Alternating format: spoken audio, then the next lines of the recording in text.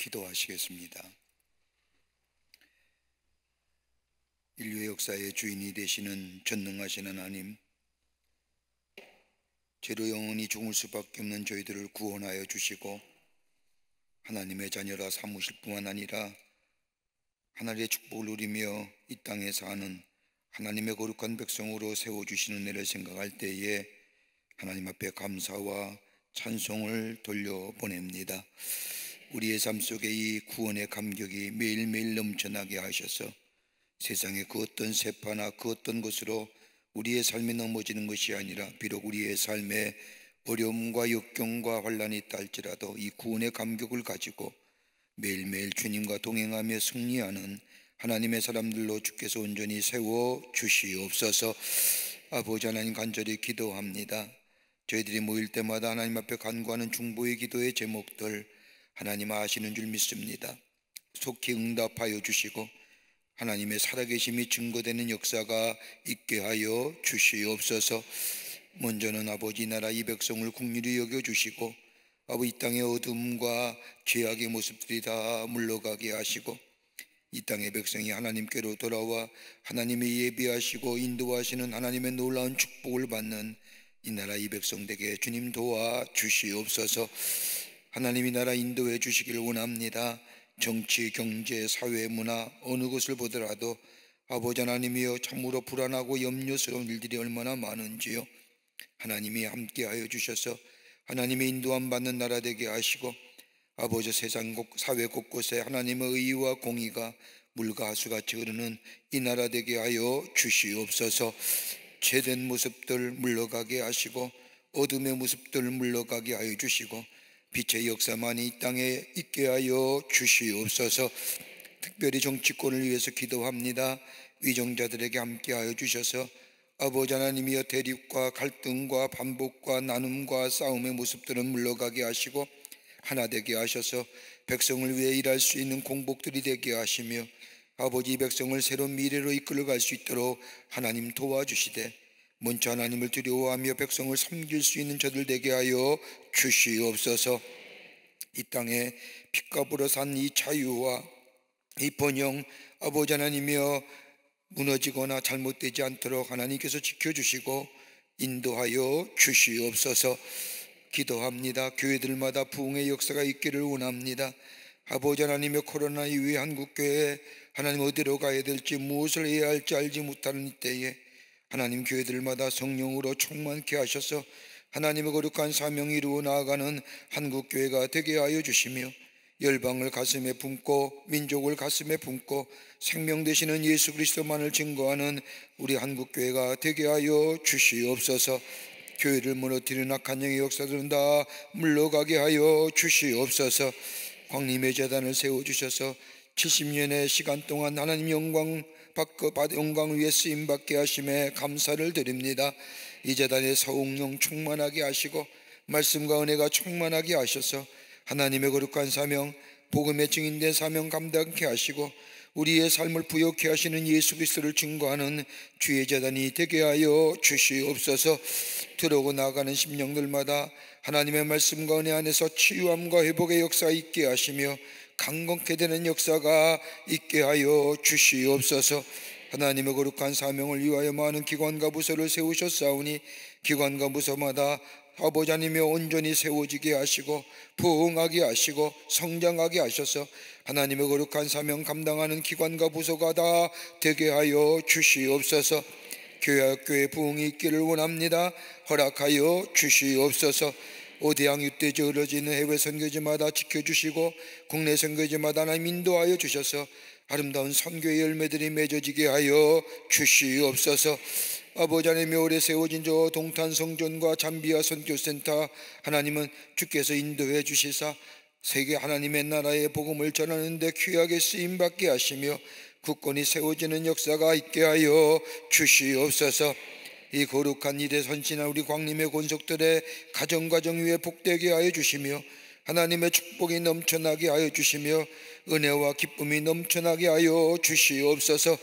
늘 깨어 주의 말씀에 순종하게 하시고 들려오는 주의 말씀 따라 살게 하여 주시며 하나님과 아버지 깊은 영적인 교제 속에 성령의 인도함 받아 하나님의 놀라운 역사를 경험하며 풍성한 열매가 맺어지는 우리 모든 광림의 권속들의 가정 되게 하여 주시옵소서. 자녀를 위해 간구하는 기도도 응답해 주시고 그로 인하여 아버지 하나님의 의인의 우선의 삶을 살아갈 수 있도록 하나님 축복하여 주시옵소서. 우리 재단의 아버지 하나님이여, 되어지는 모든 일마다 성령으로 역사해 주셔서 하나님께만 영광이 돌려지게 하여 주시며 큰 기쁨이 되는 하나님의 살아계심의 증거한 일들로 삼아 주시옵소서.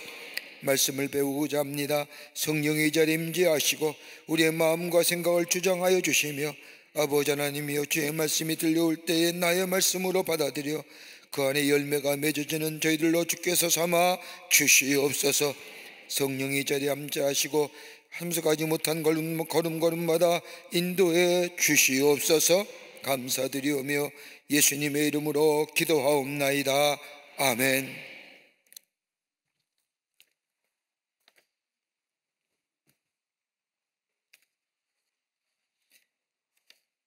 교회 소식 몇 가지 알려드립니다.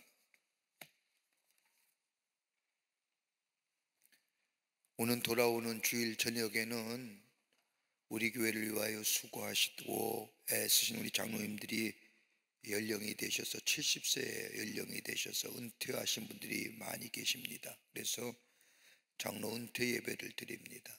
여러분들 다 아시겠지만 오셔서 함께 축하해 주시고 또 수고하신 것에 대해서 감사를 표하는 우리 성숙한 우리 모든 교우들이 되시기를 바랍니다.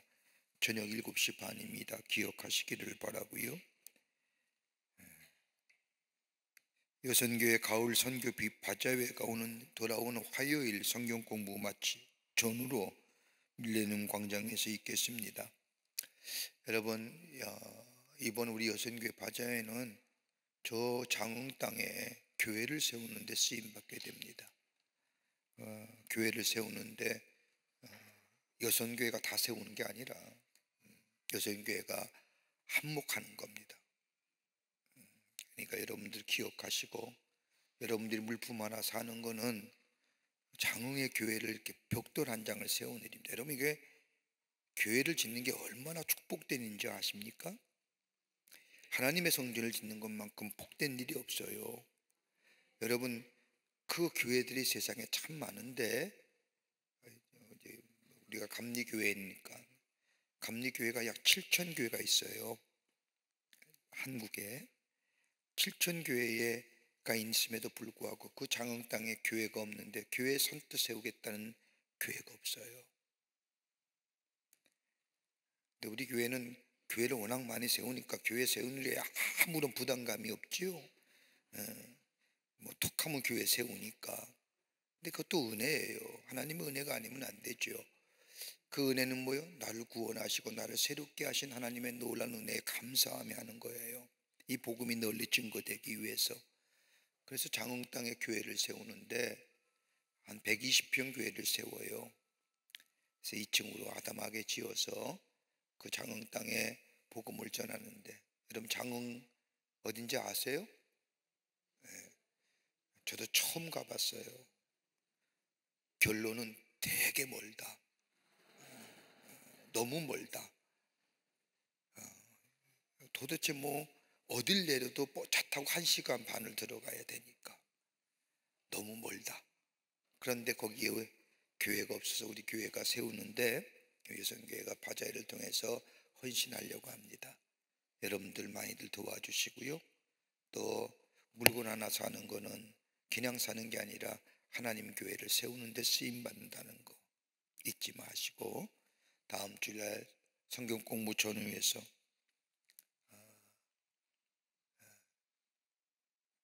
그러면 꼭 바자회 하면 그런 느낌 들어요. 성경 공부하러 온 거지 바자회 하러 온 거 아니거든요. 성경 공부하고 여러분 참여하시면, 또 이런 물품을 사시면 교회를 세우는 데 쓰임 받게 됩니다. 기억하시고 많이들 참여하시기를 바랍니다. 제25회 통일성취기도회가 내일 모레 전후방 각지에서 있겠습니다. 지난 5년 동안 우리가 하지 못했던 일들을, 중단됐던 일을 다시 재개하는 일입니다. 나라 위해서, 교회 위해서, 나라 위해서, 또 저 북녘의 우리의 사랑하는 동포를 위해서, 또 우리 이 땅의 자유와 평화를 위해 수고하는 우리 장병들을 위해서 같이 위문하고 통일을 위해서, 북녘의 땅을 위해서 기도하는 겁니다. 여러분 기억하시고 다 오셔서 함께 기도하는 시간 되기를 바랍니다. 교회에서도 11시에 베델 성전에서 기도해야 합니다. 그러니까 전국의 7부대 7지역에서 하는 거죠. 여러분들도 오실 수 있는 곳은 교회 오시고, 시간이 안 되고 여건이 안 되시면 여러분 11시에 어느 장소에 있든지 나라의 통일을 위해서, 평화를 위해서, 또 저 북녘의 우리 사랑하는 동포를 위해서, 또 우리 나라를 지키는 우리 군 장병들을 위해서 꼭 기도하는 시간 되시기를 바랍니다. 어느 자리에 있든지 고개 숙여서 하나님 위해서 이 땅과 저 북녘과 자유와 평화와 하나됨과 우리 장병을 위해서 기도하시는 통일성 기도회가 되기를 바랍니다. 10월은 전도의 달입니다. 여러분 꼭 전도하셔서 전도의 열매를 맺으시는 기회 되시기를 바랍니다. 전도 못한다고 얘기하지 마시고 기도하시면서 전도의 열매가 맺어서 하나님을 기쁘시게 하는 귀한 일들이 이번 한 달에 있기를 원하고, 마지막 주일은 우리가 전도주일로 전도하신 분들을 모시고 우리가 전도주일 예배를 드리겠습니다. 여러분 꼭 전도하시기를 바랍니다. 좋은 열매, 하나님이 기뻐하시는 열매 맺으시는 이번 기회가 되시기를 바랍니다. 교회 소식은 여기까지입니다. 성경 암송하겠습니다. 성경 암송은 잠언서 15장 32절과 32절과 33절 말씀인데 두 분이 신청하셨습니다. 14교구의 백수경 권사님과 23교구의 이설아 성도님입니다. 먼저 백수경 권사님 어디 계십니까? 예, 나오셔서 암송하시죠.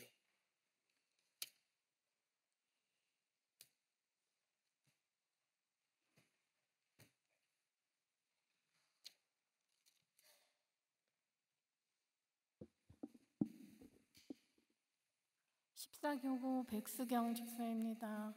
성경 암송하겠습니다. 훈계받기를 싫어하는 자는 자기 영혼을 경히 여김이라. 견책을 달게 받는 자는 지식을 얻느니라. 여호와를 경외하는 것은 지혜의 훈계라. 겸손은 존귀의 길잡이니라. 아멘. 네, 감사합니다. 수고하셨어요, 권사님. 네, 고맙습니다. 이설아 성도. 안녕하세요. 23교구 이설아 성도입니다. 오늘 암송할 말씀은 잠언 15장 32, 33절 말씀입니다. 훈계받기를 싫어하는 자는 자기의 영혼을 경히 여김이라. 견책을 달게 받는 자는 지식을 얻느니라. 여호와를 경외하는 것은 지혜의 훈계라. 겸손은 존귀의 길잡이니라. 아멘. 네, 감사합니다. 수고하셨습니다. 고맙습니다.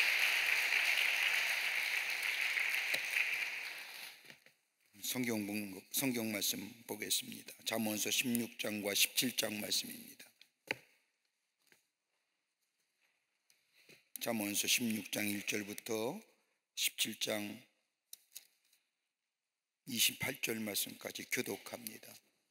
제가 한 절 읽고 여러분이 한 절 읽고 우리 남교회와 또 북교회와 우리 동탄의 성전과 그리고 영상으로 성경 공부에 참여하신 모든 분들 하나님의 말씀을 펴시고 16장 1절부터 17장 28절 말씀까지 한 절씩 교독하도록 하겠습니다. 마음의 경영은 사람에게 있어도 말의 응답은 여호와께로부터 나오느니라.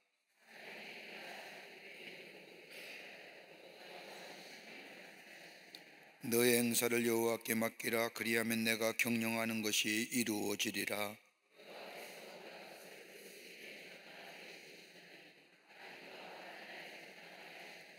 무릇 마음이 교만한 자를 여호와께서 미워하시나니 피차 손을 잡을지라도 벌을 면하지 못하리라.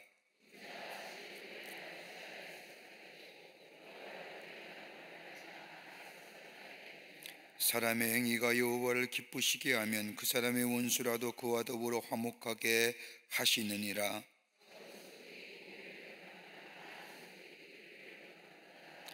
사람의 마음으로 자기의 길을 계획할지라도 그의 걸음을 인도하신 이는 여호와시니라.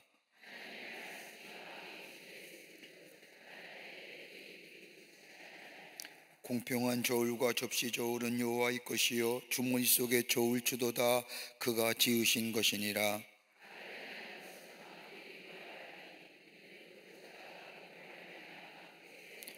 의로운 입술은 왕들이 기뻐하는 것이요 정직하게 말하는 자는 그들의 사랑을 입느니라.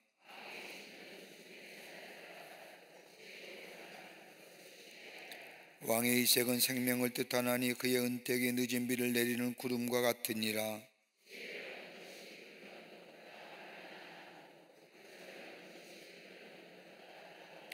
악을 떠나는 것은 정직한 사람의 대로이니 자기의 길을 지키는 자는 자기의 영혼을 보존하느니라.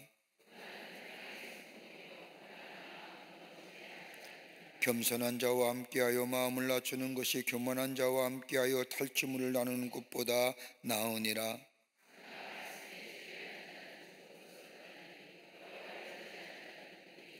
마음이 지혜로운 자는 명철하다 일컬음을 받고 입이 선한 자는 남의 학식을 더하게 하느니라.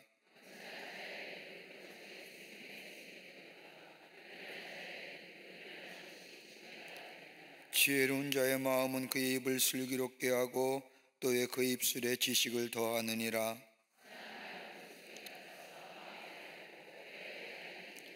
어떤 길은 사람이 보기에 바르나 필경은 사망의 길이니라.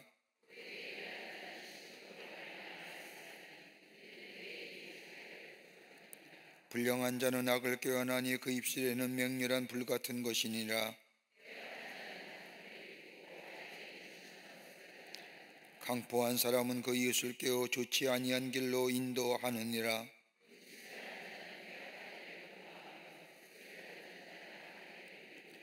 백발은 영화의 면류관이라 공의로운 길에서 얻으리라.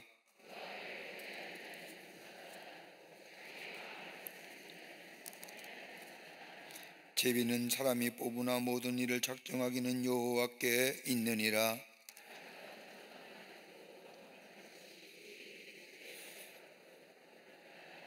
슬기로운 종은 부끄러운 짓을 하는 주인의 아들을 다스리겠고 또 형제들 중에서 유업을 나누어 얻으리라.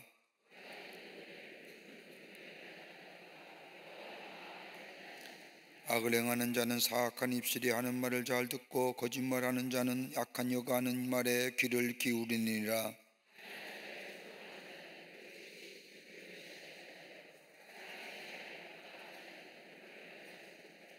손자는 노인의 면류관이요 아비는 자식의 영환이라.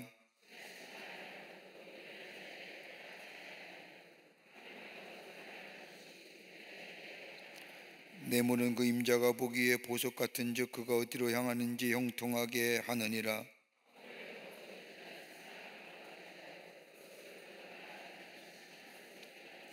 한마디의 말로 총명한 자에게 충고하는 것이 매 100대로 미련한 자를 때리는 것보다 더욱 깊이 박히느니라.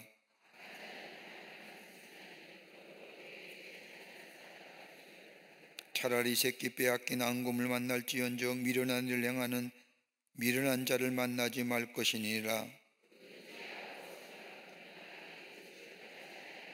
다투는 시작은 둑에서 물이 새는 것 같은즉 싸움이 일어나기 전에 그 시비를 그칠 것이니라.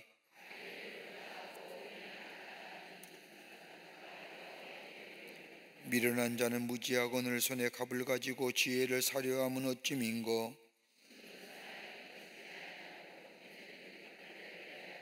지혜 없는 자는 남의 손을 잡고 그의 이웃의 앞에서 보증이 되느니라.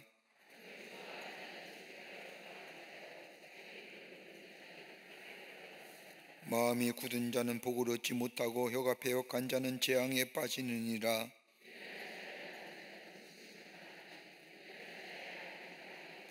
마음의 즐거움은 양약이라도 심령의 근심은 뼈를 마르게 하느니라. 지혜는 명철한 자 앞에 있거늘 미련한 자는 눈을 땅 끝에 두느니라. 의인을 보라는 것과 귀인을 정직하다고 때리는 것은 선하지 못하니라. 같이 읽겠습니다. 미련한 자라도 잠잠하면 지혜로운 자로 여기고 그의 입술을 닫으면 슬기로운 자로 여겨지느니라. 아멘. 16장과 17장 말씀 우리 같이 읽었는데 참 귀한 말씀이 있지요.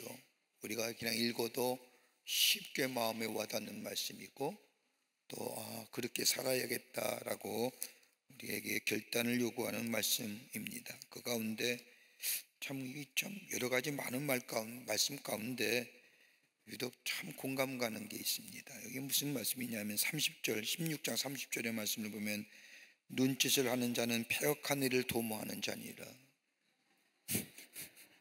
저는 어떻게 이런 것만 들어오죠? 제 눈에는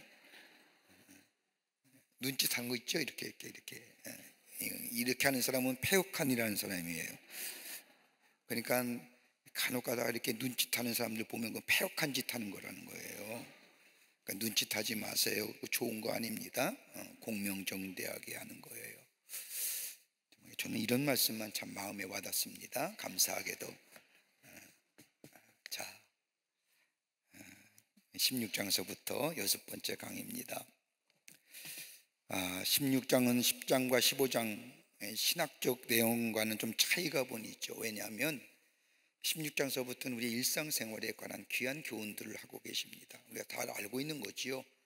우리가 생각을 못했지만은 우리가 읽어보면 그렇지, 맞는 말씀이야, 그래, 그래야지 라고 수긍하게끔 하는 말씀들이 16장 이후에 나타나 왔습니다.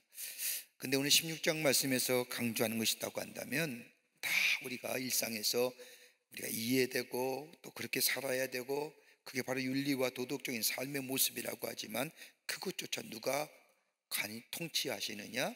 하나님의 통치 가운데 있다는 겁니다. 하나님의 주권적인 통치입니다. 여러분, 인간의 윤리와 도덕이 아무리 훌륭하다고 하도 그 하나님의 범주하에 있는 거지요. 하나님의 법 안에. 여러분, 인간의 가치, 인간의 경험들 얘기 말씀 많이 하는데 다 하나님의 통치 아래 있는 겁니다. 그러니까 하나님 안에서는 새 것이 없는 거예요. 그래서 유명한 얘기가 있죠. 우리가 발견했다, 발명했다. 발명이 아니라는 거예요. 발명한 게 절대 아니에요. 뭐예요? 발견했다. 하나님이 하신 일들, 계획하신 일들이 발견된 거예요. 그래서 유레카 하는 것도 있죠. 발견한 거잖아요. I found 하는 거잖아요. 다 하나님의 주권적인 통치와 섭리 안에 있음을 이야기합니다. 그러기에 하나님은 인생의 모든 활동과 은밀한 마음속까지 감찰하시며 주장하시는 분임을 이 16장과 17장, 18절 말씀에 유독 보여주는 말씀입니다. 17장은 16장보다 더 다양한 주제를 가리키는데 여러분 16장의 말씀과 17장, 18장의 말씀이 좀 다른 색깔이지요. 16장의 말씀은 악인과 의인이 분명하게 드러나는데 악인은 이런 사람이고 의인은 이러한 사람인데 라고 분명히 악인과 의인의 삶의 모습에 대해서 이야기하는데 17장과 18장의 말씀을 가만히 읽다 보면 막 혼재되어 있습니다. 같이 나오기도 하고 뚜렷한 주제가 없이도 나오기도 하고. 근데 17장에 와서는 뭐에 관한 얘기냐면 가정과 언어 생활에 관한 얘기를 하는 건데 17장 이후과 18장 말씀에는 그 주제들이 그 곳곳의 말씀에 일정하게 일련 번호처럼 나온 게 아니라 혼재되어 불쑥불쑥 튀져 나오는 것을 우리는 발견하게 됩니다. 특별히 18장에 와서는 뭐에 대해서 이 얘기냐면 말과 행동의 열매에 관해서 얘기합니다. 여러분, 우리의 말이 뭘까요? 그냥 상호에 우리의 의사를 전달하고 내 생각을 전달하는 도구가 아니라 우리의 말은 뭐예요? 우리의 인격이다. 우리 인격이에요. 말은요. 그래서 그 말하는 거 보면 그 사람의 인격을 알 수 있어요. 아무리 고상하고 아무리 뭐 멋있고 젠틀하고 뭐 차밍하고 뭐 이런 사람도 말 한마디 들어보면 그 사람의 인격이 그 말 속에 나오는 거예요. 말 조심해야죠. 말 조심스럽게 다뤄야죠. 그래서 우리 언어 생활도 뭐예요? 하나님이 통치하시는 언어 생활, 성령이 통치하는, 성령이 인도함 받는 언어 생활이 될 때에 그 삶이 신앙의 고귀함과 신앙의 고결함과 고결성이 나타나는. 저는 개인적으로 우리 광림교회 성도님들이 좀 신앙이, 삶이 좀 이렇게 이렇게 구분됐으면, 이렇게 분류되면 고결한 삶 됐으면 좋겠어요. 고귀한 삶. 예? 천박한 사람들이 얼마나 많은지. 제가 제일 안타까운 것은 뭐냐면 예수 믿는다고 하면서도 삶에 있어서 천박한 그리스도인 되는 게 많아요. 좀 때로는 세상의 것이 좀 표현할 수 있어야 되지 않겠어요? 우리 영원성을 지향하는 사람인데, 내가 있는 것에 대하여 감사와 감격하며 하나님의 은혜에 감사하며 사는 우리들인데, 아직도 우리가 여전히 우리의 삶 속에 땅의 것에 관심, 땅의 것에 치중되어 있다고 한다면 우리의 삶이 좀 천박하지 않겠어요? 외람된 말씀이지만 항상 하는 얘기입니다만, 연세를 얘기해서 죄송하지만 우리의 인생이 살아온 인생보다 살아갈 날이 적잖아요. 그렇다고 한다면 하나님 나라가 더 가까워지는 거 아니에요, 우리가? 여러분, 그렇다고 한다면 우리 하나님 나라에 더 가까워진다 하면, 삶이라고 한다면 우리가 좀 우리의 삶이 좀 하늘의 가치, 세상의 가치보다 하늘의 가치, 영원성의 가치를 두고 살아가는 삶이 좀 귀하지 않겠냐는 거예요. 그래서 기도도 좀 많이 하고 하나님의 말씀도 좀 많이 묵상하고, 예? 말씀을 펴면서 맨날 아침에 일어나서 오늘 하나님 내게 주신 무슨 말씀인가 하고 성경책 마치 점괘 보듯이 탁 펴가지고, 오늘은 원수를 사랑하라, 오늘 원수 사랑해야겠다, 이렇게 사는 게 아니라, 너는 오늘 남에게 돈을 끼우지 말라, 오늘 돈 꿀 일이 있는데 돈 꾸지 말라 그랬으니 안 꾸겠다, 이렇게 사는 게 아니라 하나님의 말씀을 깊게 우리 영적으로, 영의 영식으로 삼으면서 깊게 묵상하는 거예요. 깊게 묵상. 좀 그런 성숙함이 우리 가운데 있으면 있어야 돼요. 너무 날라리처럼 신앙생활 하는 사람이 얼마나 많은지 몰라요. 대충. 여러분, 우리가 지금도 고백했잖아요. 주님 갈 날이 가깝잖아요, 살 날보다. 그렇다고 하면 좀 진중하고 우리의 믿음 생활 좀 깊이가 있고 좀 진중해야 되지 않겠냐는 거예요. 좀 신앙생활다운 신앙생활 좀 해보자는 거예요.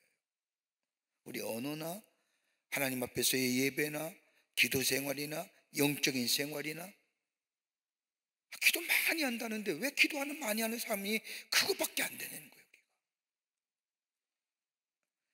여러분, 자신 없으면 얘기하지 마요. 자신 없으면. 얼마 전에 지난주에 내가 좀 계속 그게 좀 마음에 여운으로 남아서 누가 제 사무실에 찾아와서 목사님하고 면담을 좀 하고 싶다고 해서 우리 비서가 좀 약속하고 했다. 지난 4개월 전에 편지했는데 왜 약속을 안 잡아줬냐는 거예요.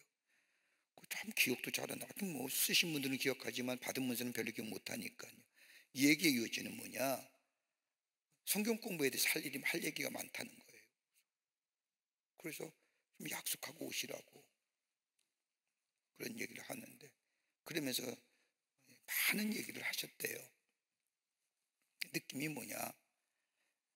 참 똑똑한 사람 세상에 많다. 여러분, 하고 싶은 얘기 다 하고 살면 못 사는 거예요. 성경을 그 얘기하는 거예요. 절제가 있어야지. 하고 싶은 말도 좀 담아둘 수 있어야지. 다 얘기하고 살면 세상이 너무 소란스럽잖아요. 우리의 심령이 소란스럽잖아요. 그러니까 여기 지도자는 뭐예요? 말을 아끼는 거예요. 말을 아끼는 거예요. 말은 뭐예요? 인격이기 때문에. 하고 싶은 말 다 하고 살면 여러분 시원할 것 같죠? 허물만 보여요. 허물만 보여요. 오늘 그 얘기하는 거예요. 뭐 제가 얘기 안 해도 여러분 다 경험하고 또 다 솔로몬과 같은 경험이, 이거 자신의 삶의 경험인데 이걸 어떤 신앙적 관점에서 얘기하는 거예요. 믿음의 관점에서. 한번 보겠습니다. 자, 16장 1절부터입니다. 16장 1절 말씀을 보면 뭐 지혜의 모음집, 그러니까 솔로몬이 마지막 지혜, 그러니까 잠언의 말씀을 얘기하는 거지요. 여기 16장 17절의 말씀을 보면 악을 떠나는 것은 정직한 사람의 대로이니 자기의 길을 지키는 자는 자기의 영혼을 보존하니라. 아마도 이 16장에 중심되는 말씀이라 할 것입니다. 대체적으로 솔로몬의 잠언에 보면 의인과 악인, 지혜로운 자와 어리석은 자 이렇게 구분하여 반어적으로 대조하면서 우리에게 설명하고 있는데 16장서부터 22장의 말씀을 가만히 보면 구분해서 얘기한 것이 아니라 혼재되어 나옵니다. 그러면서도 딱 한 가지는 뭐예요? 지혜의 근원이신 여호와를. 지혜는 어디서 오느냐? 하나님께로 오신, 하나님이 주신 지혜, 하나님이 주신 지혜를 얘기합니다. 자, 1절서부터 9절까지의 말씀을 보면 하나님과 인간의 관계성에 대해서 얘기합니다.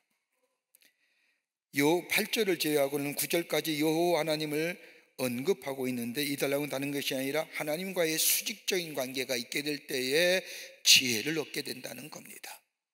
하나님과의 바른 관계. 여러분, 하나님과의 나와의 바른 관계가 뭐예요? 하나님의 들려오는 말씀을 따라 살아가는 자, 하나님이 나의 반석이요 구원의 주가 되심을 고백하며 사는 자, 나는 주의 피조물 된 존재라고 하는 것이에요. 하나님과의 이 관계성이 바르게 정립되는 거예요. 하나님과의 관계성이, 하나님은 창조 되시고 나는 그의 피조물 된 존재라고. 여러분, 이 관계가 바르게 성립이 되면 그 다음에 것들은 별 문제 없는 거예요. 몇 가지 성경에서 우리에게 규지하고 우리에게 얘기하는 것이 있다고 한다면 바른 관계성이, 하나님이 어떤 분이냐, 하나님은 창조되신다, 나는 그의 피조물이다, 예수님은 누구냐, 우리의 구원의 주가 되신다, 나는 누구냐, 구원받은 백성이다. 이 관계성이 바르게 정립이 되면 그 다음에 별 문제 없어요. 이게 바르게 정립이 안 되니까 아담과 하와 같이 선악과를 따먹자 하지 말라는 짓 하고, 하나님 예수 그리스도에 대해서 부정하고, 예수만 구원해 주냐, 우리에게도 다른 이름, 구원받은 다른 이름을 주셨다. 이게 저 플루럴리즘이라는 거예요. 다원주의라고 하는. 이 관계가 분명히 여기도 똑같은 얘기입니다. 지혜는 어디서 오느냐? 하나님과의 바른 관계가 있게 될 때에. 뭐예요? 하나님이 창조되시고 나는 그의 피조물 된 관계, 수직적인 관계입니다. 이럴 때에 인간의 바른 태도, 신앙의 결단, 이런 것들이 우리 가운데 있어지게 됨을 얘기합니다. 자, 보시자고요. 16장 1절 말씀에 마음의 경영은 사람에게 있어도 말의 응답은 여호와께서부터 나오느니라. 아멘. 아멘 하셔야 돼요. 내가 아무리 마음을 경영한다 할지라도 말의 응답은 뭐예요? 하나님이 주시는 거예요. 내가 아무리 땀 흘려 애쓴다고 해도 하나님이 축복해 주셔야만이 우리의 삶 속에 분깃이 있는 거예요. 내가 아무리 애쓴다고 노력한다 할지라도 하나님이 주시지 아니하면 결코 내게 있어지지 않는다라는 거예요. 건강도 하나님이 주시고 재능도 하나님이 주시고 그래요. 재물도 하나님이 주시는, 그 얘기하는 거예요. 지혜조차도 하나님이 주셔야만이다. 사람의 행위가 자기의 보기에는 모두 깨끗하여도 여호와는 심령을 감찰하시니라. 사람은 한길속 모른다고 하지요. 정말 몰라요. 제가 요즘 느끼는 것 가운데 세상에서 가장 무서운 게 누구냐? 뭐냐? 사람이에요. 여러분, 사람만큼 무서운 존재가 어디 있을까요? 그래서 지킬 박사 하이드라는 얘기가 가끔 생각이 나와요. 선하고 악한. 선할 때는 한없이 선해요. 그런데 악할 때는 얼마나 악한지 사람의 심령을 죽여요. 그런 경험 다 하셨잖아요. 그런데 하나님은 심령 보시는 거예요. 심령을요. 겉으로 어떤 일을 했느냐, 겉으로 어떤 행사를 했느냐, 그게 중요한 게 아니라 여호와는 중심을 보시니라. 여러분, 지난주에 제가 여러분들 설교에 말씀드렸듯이 다윗 생에 보세요. 그의 인생을 가만히 보면 그처럼 죄 많은 사람이 어디 있어요? 그처럼 하나님 사람 많이 주는 사람이 어디 있을까요? 근데 하나님은 다윗을 왜 그렇게 사랑하셨을까? 하나님은 다윗의 중심을 보신 거예요. 그 중심이 뭐예요? 언제나 그의 마음속에 누가 계세요? 하나님이 계신 거예요. 그래서 다윗의 가만히 생애를 보면 어려울 때도 누굴 찾아 어디가 먼저 가요? 하나님 앞에 엎드린 거예요. 기쁠 때도 뭐예요? 하나님 앞에 엎드린 거예요. 슬프고 괴로울 때도 하나님 앞에 엎드린. 그러니까 언제나 그의 삶의 중심은 하나님이에요. 그 하나님을 뭐예요? 보신 거예요. 정직한 영을 보신 거예요. 그래서 우리 하나님은 심령을 감찰하십니다. 우리 하나님 심령을 보신다는 거예요. 얼마나 무서운 얘기예요? 내가 아무리 겉으로 뭐 신령한 척하고 뭐 충성 많이 하고 봉사 많이 해도 우리 하나님은 그 심령을 꿰뚫어 보신다는 거예요. 그 마음이 어떤 마음이냐는 거예요. 하나님 앞에 예배하고 하나님 앞에 섬기는 것도 어떤 마음이냐는 거예요. 여러분, 아나니와 삽비라 얘기해요. 사도행전의 말씀을 보세요. 하나님 중심 보시잖아요. 네? 그 처음에는 그 마음이 뭐예요? 다 하나님 앞에 다 드릴 것처럼 하면서도 뒤로는 뭐예요? 빼돌리잖아요. 그게 단순히 행위로만 드러났을까요? 우리 인간의 심령이 그렇다는 거예요. 뒤돌았으면 아깝잖아요. 그걸 넘어설 수 있는 게 믿음이에요. 그 넘어설 수 있는 그 믿음이 하나님이 축복하시는 거잖아요. 그걸 못 넘어도니까 거기에 하나님을 망령되이, 하나님의 이름을 망령되이 여기는 거고 하나님의 이름을 욕되게 하는 거잖아요. 좀 더 쉽게 얘기할까요? 약속했어요. 많은 사람 앞에서. 아나니와 삽비라고 그랬잖아요. 베드로 앞에서 내 재산을 다 팔아서 하나님 바치겠습니다. 그때 얼마나 사람들이 칭송받았어요. 와, 성경에 그렇게 나오지 않아요. 근데 제가 생각하기에는 이렇게 얘기했을 거예요. 와, 감탄사들이 곳곳에 나왔을 거예요. 어떻게 저런 믿음이. 그렇게 칭송받고 많은 사람에게 와 소리 들었는데 집에 와보니까 다 바치려고 하니까 갑자기 걱정이 생긴 거예요. 어떻게 살지? 생각이 좀 달라진 거예요. 그래서 뭐예요? 앞으로 내가 앞으로 살 날이 한 20년 남았으니까 우리 재산 다 팔고 반만 남겨주면 20년 정도 살 거다. 그리고 반을 남겨주고 가져와서 이거 답니다라고 하니까 뭐예요? 성령이 깨닫게 하시잖아요. 여호와 이름으로 칭송받을 때는 언제고? 성경에 그렇게 안 써 있어요. 여호와 이름에 칭송받을 때는 언제고? 뒤로 가서 항상 하는 얘기예요. 하나님 앞에 약속한 건 그 자리에 사는 거예요. 뒤돌아서면 반으로 깎여요. 일주일만 지나면 3분의 1로 깎여요. 25%밖에 못해요. 내가 마음 결단했으면 그 자리에서 집에 가서 다 끼워놓고 성경학 장 안에 꽉 봉해요. 그렇지 않으면 딱 일주일만 지나면 4분의 1로 깎여요. 75% 날아가고 25%만 남아요. 다 공감하시고 웃으시니까 공감하시는 줄 알아요. 오늘 여기에 하나님은 심령 보시는 거예요. 그 다음에 너의 행사를 여호와께 맡겨라. 그리하면 내가 경영하는 것이 이루리라. 이루시는 하나님이시에요. 하나님이 이루게 하신다는 거예요. 내가 아무리 뭐라고 해도 하나님이 이루신다. 뭐예요? 하나님의 절대 주권 아래 있는 거예요. 절대 주권 아래. 이 주권을 부정하면 안 돼요. 하나님이 통치하신다. 곧 하나님이 창조주시라는 것을 부정하면 안 된다는 거예요. 여호와는 우리의 심령을 감찰하신 분이기에 우리의 내적인 동기, 우리는 동기를 중요합니다. 어떤 마음 가지고 하느냐. 하나님을 우리가 하는 행위가 하나님을 사랑하는 마음이냐? 동기 보시는 거예요. 그 동기가 어때요? 순수한 동기이냐는 거예요. 보상을 받기 위한 심리가 아니라 인과응보적이지요. 이건 대부분이 인간적이고 세상적인 가치예요. 그렇지 않아요? 내가 이만큼 애써서 노력했는데 그만큼 대가가 돌아와야 되잖아요. 이건 세상의 가치잖아요. 내가 그렇게 땀 흘렸는데 돌아오지 않으니까 뭐예요? 빨간 티 뜨르고 데모하는 거 아니에요. 돌려달라. 돌려도 하는 거 아니에요. 그죠? 그런데 우리 하나님은 그거 보는 거 아니에요. 그 가치가 아니라는 거예요. 그 마음이 어떤 동기냐? 하나님을 사랑하는 마음으로 시작한 거냐?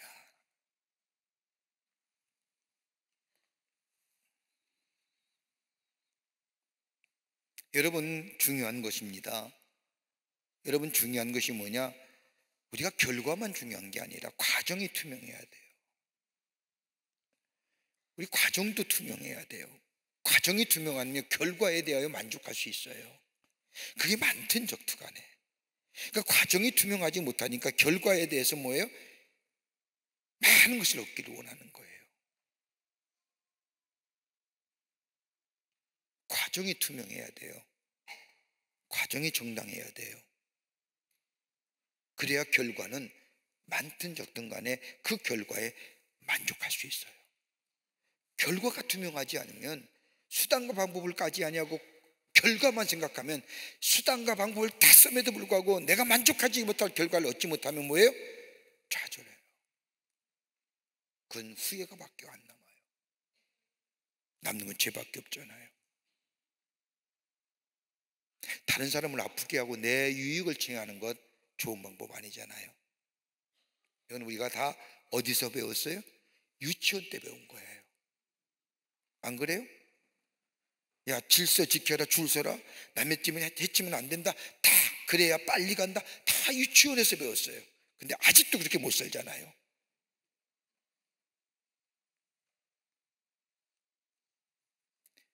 이 책에서 나온 얘기예요. 책에서 낸 거예요. 우리가 하는 모든 일은 다 유치원에서 배우는데 그렇게 못 사는 게 문제라는 거지요. 우리 하나님은 감찰 보신다. 그러면서 하시는 말씀이 뭐예요? 마음에 교만한 자 하나님의 형벌을 겸치 못한다. 여호와께서 모든 것을 쓰임에 적당하게 지셨다. 악인도 악한 날에 적당하게 쓰임받는다. 뭐 이런 얘기죠. 자, 보세요.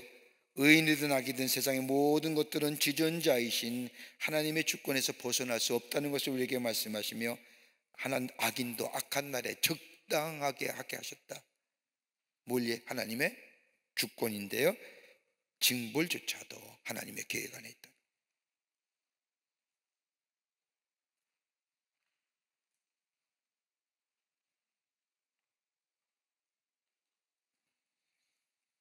그리고 서로 손잡고 연합할 때 하나님의 내리신 벌을 연합해도 피할 수 없다는 거죠.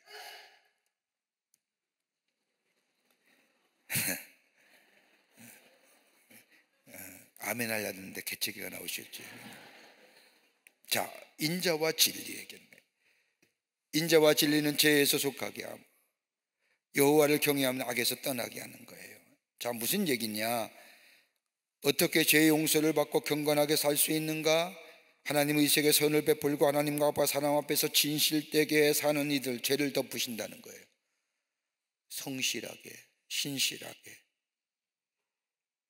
또한 여호와를 경외하는 사람은 죄를 멀리 하게 됨으로 인하여 악에서 떠나게 된다는 겁니다. 그러기에 사람의 행위가 여호와를 기쁘시게 하면 그 사람의 원수라도 그와 더불어 화목하게 하시느니라. 관계 회복의 능력을 주시는 거예요. 어떨 때? 하나님을 기쁘시게 할 때. 여러분 한번 그렇게 우리 한번 해보자고요. 하나님을 기쁘시게 할 때 나와 소원했던 관계가 회복되는 역사를 경험하게 돼. 여러분 다 그렇게 한번 경험들 하셨을 거예요. 나랑 참 소원했던 관계, 좀 불편했던 관계가 하나님 안에서 뭐예요? 회복되고 관계성의 회복을 가져오는 경험들. 그 얘기하는 거예요.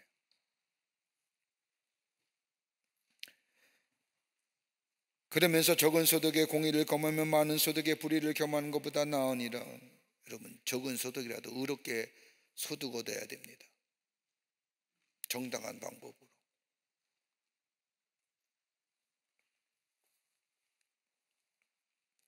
그러면서 우리가 인생의 길을 어떻게 걸어가야 되느냐? 인간의 기본적인, 내가 아무리 마음으로 계획할지라도요, 우리의 걸음을 인도하시는 하나님이시라는 거예요. 솔로몬이 자신이 살면서 살아온 경험을 얘기하는 거예요.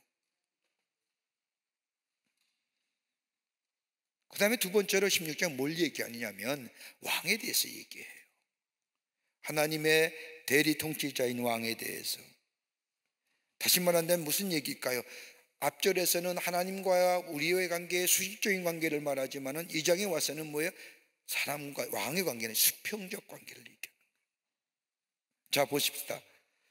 수평적 관계로서 하나님의 대리자인 대리의 통치자인 왕에 관한 내용입니다. 여러분, 이 솔로몬이 잠언의 말씀을 지을 때만 해도 왕이란 개념이 있었어요. 신정 통치예요. 그러니까 하나님의 왕을 세우셔서 하나님이 통치하는 거예요. 왕이 세우기 전에는 하나님이 직접 인도하셨잖아요. 어디까지요? 사사까지요. 그 다음에 사울을 세우고 다윗을 세우고 솔로몬을 세우고, 그 다음에 남유다와 북이스라엘 왕국이 나눠지면서 그때마다 시대 때마다 왕을 세우시면서 하나님의 신정 통치라는데 왕에게 가르쳐서 이스라엘 백성이, 근데 왕에게는 책임이 세 가지가 있죠. 하나는 뭐예요? 첫 번째가 뭐예요? 이스라엘 왕은요, 이스라엘 백성을 하나님께로 인도하는 거예요. 두 번째는요, 정치적인 것이 있죠. 잘 다스려야 되잖아요. 세 번째는 이스라엘 백성을 부하게 해야 되잖아요. 제일 먼저의 왕의 우선 책임이 뭐예요? 다스리는 이스라엘 백성을 하나님께로 인도하는 거예요. 그래서 왕에게 기름 부은 거예요. 여기에서의 왕이라는 거예요. 왕은 어떤 사람이냐? 하나님과의 수직적인 관계도 맺지만 이제 와서는 뭐예요? 이스라엘 백성을 하나님이 내게 맡겨준 저 이스라엘 백성을 어떻게 하나님께로 인도하는가? 저 사람과 사람의 관계 속에 왕은 사람과 대화잖아요. 수평적 관계에 대한 얘기를, 하나님의 대리의 통치자인 왕에 대한 얘기를 하고 있는 겁니다. 왕의 권위는 어디서 나오느냐? 말에서 나오는 거예요. 그 말은 어디서 있냐? 하나님의 말씀이 있어야 된다는 거예요.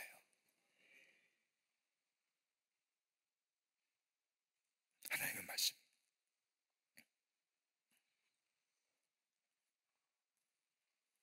왕의 입이 그르치지 않을 것이라고 하는 말은 말이 왕이 항상 무호하다는 것을 말하는 것이 아니라 왕은 하나님의 공의의 대리자로 본의의 직무를 생망각하지 말아야 한다는 경고의 말씀입니다. 자, 어떤 거냐? 왕은 악을 행하는 것을 미워해야 되고, 뭐예요? 공의로 굳게 서야 되는 거예요. 신실함과 정직함과 흔들리지 않음이에요. 뭐에 대해서? 의로운 것에 대해서.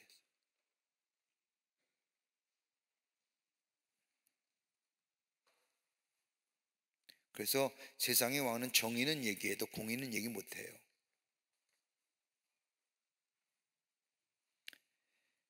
자, 의로운 입술은 왕들이 기뻐할 것이고 정직하게 만한 자는 왕들의 사랑을, 왕은 무엇보다도 미워할지라고 하는, 잠깐만요, 갑자기 넘어갔나? 말씀이 있어야 되고 공의로 해야 되고.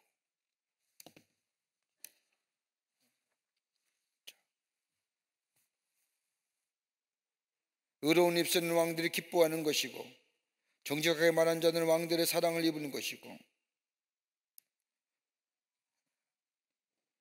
기뻐한다는 것이 뭐예요? 분별할 수 있어야 된다는 겁니다.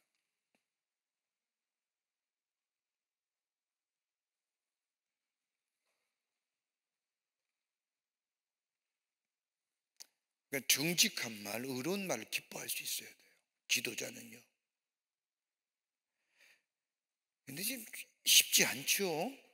자기의 권력도 있고 힘도 있고 능력도 있고 세상을 다스리는데 와서 정직하게 얘기하는 말을 들을 수 있는 사람이 쉽지 않은 것 같아요. 우리나라 역대 대통령들 굳이 뭐 얘기할 건 없지만 좀 그런 것 같아요. 지금도 잘했으면 좋겠는데 말이에요. 그 다음에 세 번째, 사람의 삶과 죽음에 영향을 끼치는 왕의 법적 행위예요. 어떻게 해야 되느냐? 지혜로운 자예요. 왕의 진노는 죽음의 사자들과 같고 지혜로운 사람은 그것을 쉬게 하고, 왕의 회색은, 희색이라는 게 뭘까요? 다름이 아니라 생명을 뜻하는 거예요.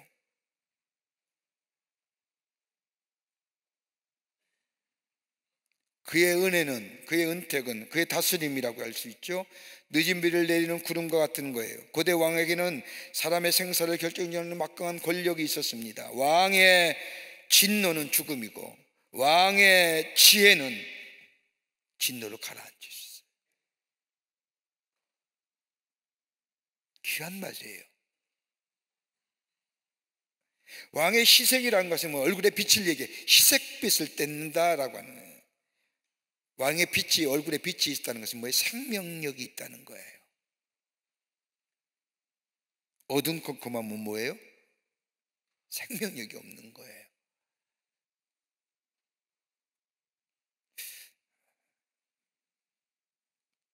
여기서 늦은 비와 이른 비에 관한 얘기를 하는데요, 이른 비는 9월 중순부터 11월 하순까지 내리는 비를 이른 비요, 이 이른 비는 흙을 부드럽게 적셔서 밭을 갈 수 있게 뿐만 아니라 12월서부터 3월까지 내리는 비는 겨울비로 건기에 대비해 물을 저장해 두는 것이고, 늦은 비와 3, 4월에 내리는 비는 곡식을 연길게 하는 하나님의 복과 은혜를 상징하는 겁니다. 그러니까 다음 가만히 보면요, 하나님의 은혜를 받아 백성들에게 그 혜택을 주는 사람이 왕이라는 거예요. 이른 비와 늦은 비 언급이 하시는. 여러분, 지금은 우리가 저수지가 있어서 물을 모아서 저수지에 물을 담갔다가 필요할 때가 물을 만들고 뭐 보호를 만들고 이러잖아요. 옛날에는 뭐예요? 천수답이에요. 그냥 하늘만 바라보는 거예요. 하늘에서 비가 내려야만이 땅이 기름지고 풍성해지고 열매를 맺는 거예요. 그래서 이른 비와 늦은 비를 내리신다는 것은 때맞춰 우리에게 은혜를 주시는 하나님의 은혜를 얘기하는 거지요. 오늘 여기에 왕의 얘기하는 것이 이른 비와 늦은 비를 얘기하고 곡식을 엉글게 하는 비의 얘기는 뭐예요? 복과 은혜를 상징하는데, 그 대리자가 누구냐? 하나님의 왕이에요. 왕이 지혜로운 자가 될 때에. 그래서 뭐예요? 금보다 귀한 지혜라고 얘기하는 거예요. 지혜를 얻는 것이 금을 얻는 것보다 낫고 명철을 얻는 것이 은을 얻는 것보다 낫다는 겁니다. 지혜가 재물과 보화보다 더 가치 있는 거예요. 다시 상기듯이 기듭니다. 지혜의 근본은 어디서 와요?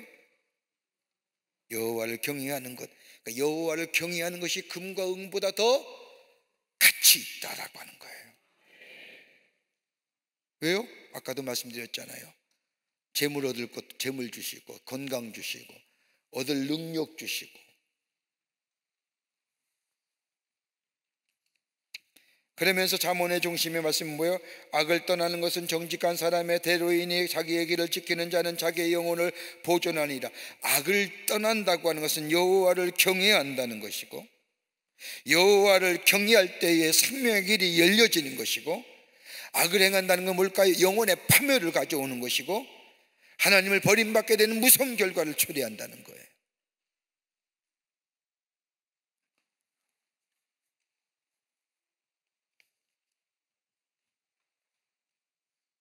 그러면서 이 잠언 기자는 겸손하게 지혜를 구하라는 거예요.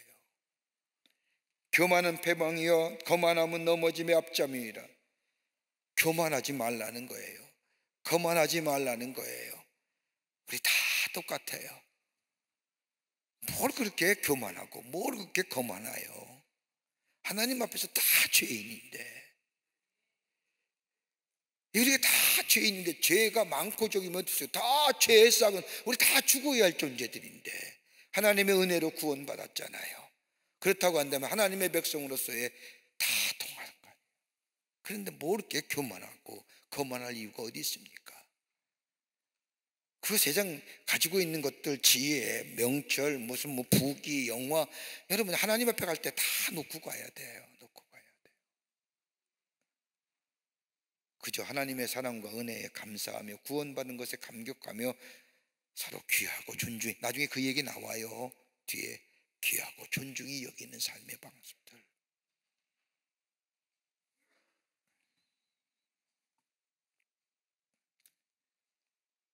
중요한 말이 하나 있죠. 교만한 자는 뭐예요? 다른 사람의 마음을 다른 사람의 이야기를 거부해요. 조언을 거부하는 사람.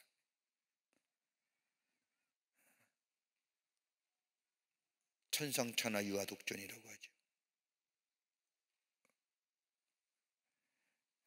겸손한 자예요. 그러면서 뭘 얘기합니까? 겸손한 자와 함께 마음을 낮추는 것이 교만한 자와 함께 탈취물을 나는 것보다 낫더니라. 여러분, 이 설명 안 해도 아시잖아요. 설명 안 해도 겸손한 자와 함께 있는 게 나은 거예요. 거기에 기쁨이 있고요. 교만한 자는 뭐예요? 이익의 관계 속이에요. 여러분, 이익으로 모임 집단은 언젠가는 무너져요. 이익 중심에 모인 집단은요, 가만 보세요. 이익 추구를 위해서 모인 사람들, 모인 그룹들 보면요, 언젠가는 불불이 찢어지잖아요. 영원히 가는 거 봤어요? 그러나 겸손한 자들이 모인 건 영원히 가요. 여러분은 교만한 분들입니까? 겸손한 분들입니까?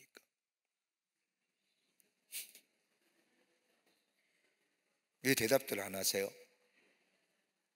말하지 말고 여러분 한번 생각해 보세요. 내가 겸손한 자가 교만한 자인가?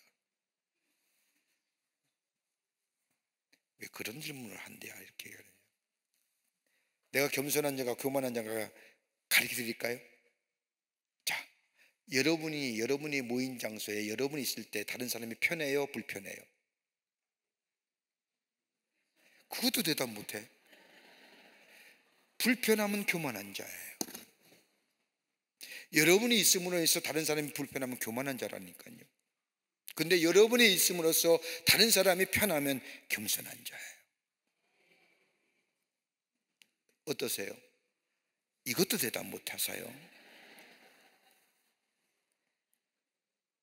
내가 있음으로 다른 사람이 편해요?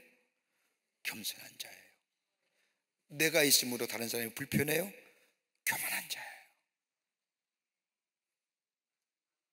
여러분이 갔는데 어서 와 하면 그건 겸손한 자예요. 쟨 또 왜 왔대? 교만한 자예요.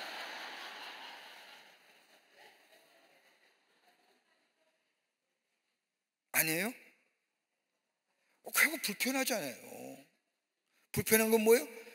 대우받으려고 자기 자랑만 하는 사람 아니에요? 꼭 그런 사람이 있어요. 저는 또 왜 왔대? 제가 입만 열면 자기 자랑이고 지 남편 자랑이고 지 자식 자랑이고 있는 것 없는 것 자랑하는 거 뭐 난 못 샀다 명품 이따이타니까 기분 나쁘잖아요. 학교 다닐 땐 별 일 없었는데 남편 하나 잘 만나서 반짝해가지고 다시 되새겨 드립니다. 여러분이 갔을 때 다른 사람이 기뻐하세요? 겸손한 자입니다. 여러분이 갔는데 쟨 또 왜 왔어? 교만한 자입니다.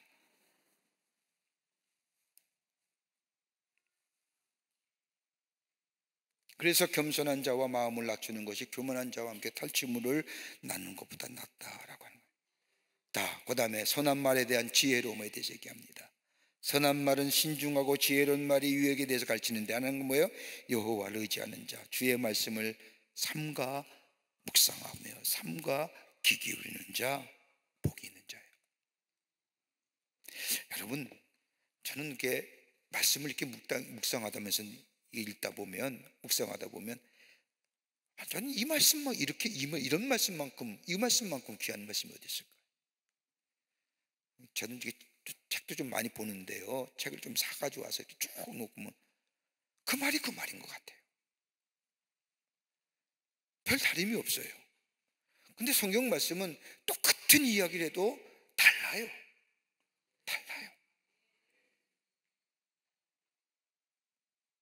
그래서 하나님의 말씀을 삼가 주의하는 자, 삼가 가까이 하는 자지요. 지혜로운 거예요.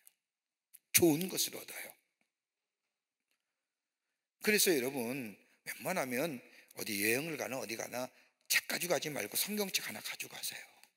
그리고 시간 한가한 시간에서 말씀 읽으세요. 그 좋은 걸 얻는다니까요. 좋은 거.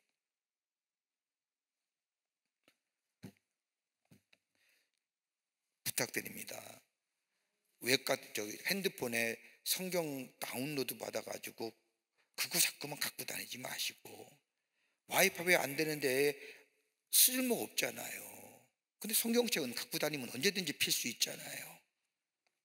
성경책 한 권 책에 가방에 넣고 다니시란 말이에요. 조그만 거라도. 요새는 다 핸드폰 펴가지고 웹 열어가지고 말씀 찾느라고 또닥또닥또닥거리는 소리만 들리지, 와이파이 안 되는 데 가면 어떡하려고 그래요. 정작 말씀 읽을 시간에 말씀을 의지하는 자 좋은 것을 의지해요. 여호와를 의지하는 자 복을 얻어요. 상과 말씀에 주의한다는 것은 뭐예요? 말씀에 대해 이해하는 자예요. 하나님의 말씀을 이해하고 그 말씀을 따라 조심히 행동하는 사람을 얘기하는 거예요. 즉 말씀을 뭐예요? 실천하는 삶이에요.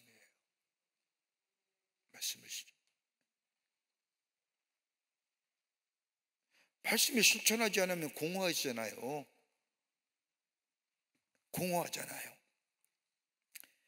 얼마나 우리가 세상에 좋은 말씀들, 좋은 이야기들 많이 들어요. 말씀을 들으면, 특별히 하나님의 말씀을 들으면 삶에 실천하는 것. 그러면서 명철한 자와 미련한 자는요, 마음의 지혜로운 자는 뭐예요? 존경을 받아요. 입이 선한 자는 뭐예요? 다른 사람을 유익하게 해요. 명철한 자는 그 명철이 뭐예요? 생명의 샘이 되게 해요. 다른 사람에게 행복과 건강을, 삶의 원동력을 줘요. 미련한 자는 뭐예요? 징계가 돼요. 어리석은 이는 뭐예요? 징계를 자초해요.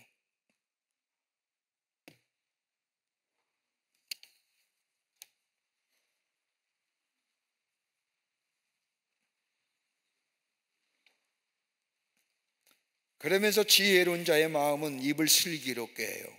그렇죠. 하나님의 말씀이 주장하니까 나오는 이야기도 뭐예요? 권면과 위로와 격려와 용기와, 하나님의 말씀이 안 계시면 뭐예요? 비판과 조롱과 비교와 참소와 뒷담화와.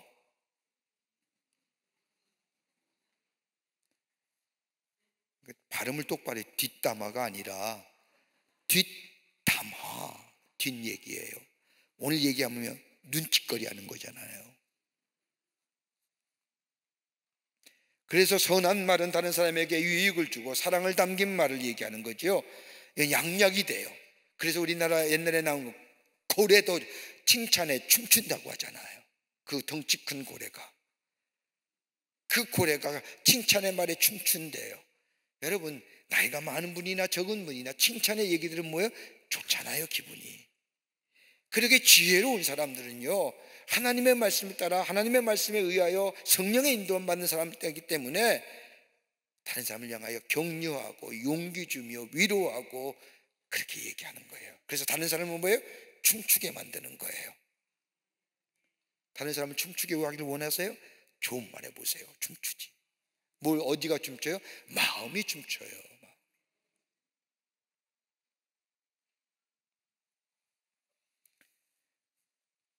그래서 마음과 영적인 거와 육적인 모든 건강의 원기를 북돋아줘.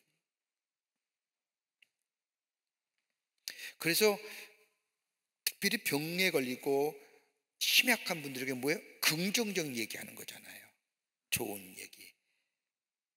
성경에 좋은 말씀잖아요. 여러분, 인간의 말에는 한계가 있잖아요. 우리 아무리 말하는 터미널리지스트, 그러니까 말 잘하는 사람도요, 말에 한계가 있어요. 근데 여러분, 성경 말씀 가지고 위로하고 용기 주는 거, 이것만큼 얼마나 귀해요. 내가 얘기하는 게 하나님이 얘기하시는 거예요. 창조 대신 하나님이 말씀하시잖아요. 그래서 좋은 말 하는 자, 입에 지혜가 있고 입술에 기름진 자는 뭐예요? 여러분, 나쁜 얘기는 얼마든지 할 수 있어요. 다른 사람에 대한 비판의 얘기는 얼마든지 해요. 왜요? 인간의 사고 구조 가운데 가장 발달한 게 인간의 비판 구조거든요. 여러분, 그러지 않아요? 저는 아닙니다. 여러분, 지나가다가 사람 딱 보면 뭘 어떻게 생각해요? 한번 훑어보잖아요. 스킨한다고 하죠? 딱 3초면 그 사람이 어떤지 알아요. 아, 쟤 옷 입었어. 저 뭐 저렇게 입고 다녀. 딱 알아요. 저도 알아요. 스킨해보면 저 사람이 예수 믿는지 안 믿는지 알아요. 그 비판적 구조는 가장 탁월해요, 우리에게. 여러분 딱 보면 알잖아요. 저는 걔랑 나랑 옷이 똑같네. 기분 나쁘잖아요. 왜요? 기분 나쁘지 하지 마세요. 다 어디에요? 홈쇼핑에서 샀으니까 똑같지요.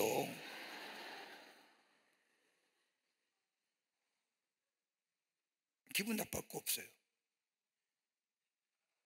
그런데 인간의 비판 구조는 그래요. 그러나 하나님의 영이, 지혜가, 말씀이 내 안에 있으면 왜요? 그렇게 안 봐요. 나도 구원받았는데 저 또한 구원받을 사람이다. 용기하고 격려하고 위로하고 힘주는 이야기하는 거예요. 여러분, 우리 지도자 되시는 지구장 속장님들 그러는 거예요. 지도자는. 나중에 지도자 얘기도 나와요. 악한 말은 어떤 말이냐? 여기 보면 네 가지로 분류해요. 악의적인 말하는 사람, 불량한 자, 패역한 자, 말쟁이, 강포한 사람.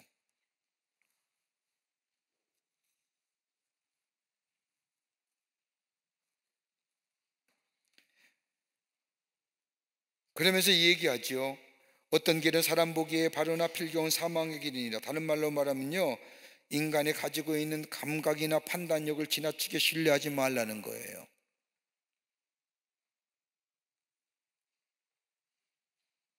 그때는 비록 생명의 길로 인도하는 것 같지만, 여러분, 인간의 판단과 인간의 결단력을 믿을 만해요? 아니잖아요. 우리 다 경험하잖아요.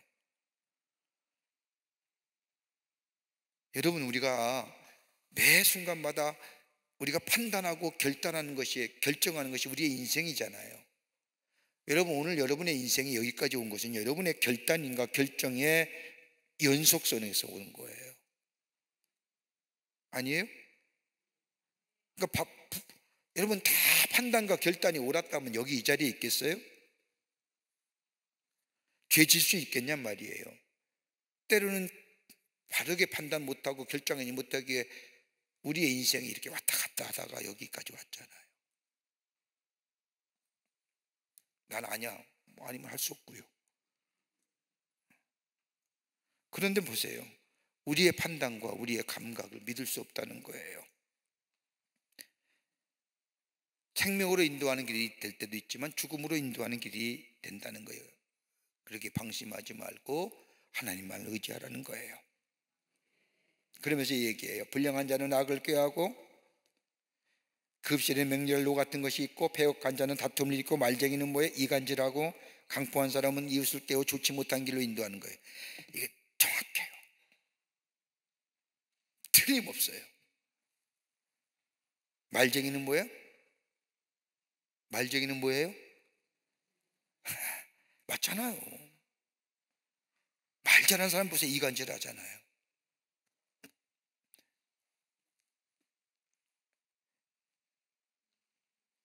강풍한 사람을 대해서 설명합니다. 불량한 자와 그 다음에 패역한 자와 말쟁이들 이렇게 쭉 설명하는 거예요. 여러분 나눠진 저거 보면요, 교환을 보면 강포한 사람은 뭐예요? 폭력하는 사람이에요.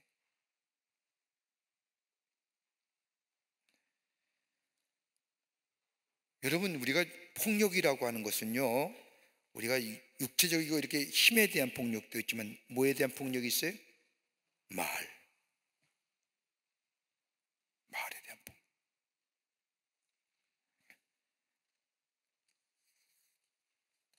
말에 대한 폭력이 있는 거예요.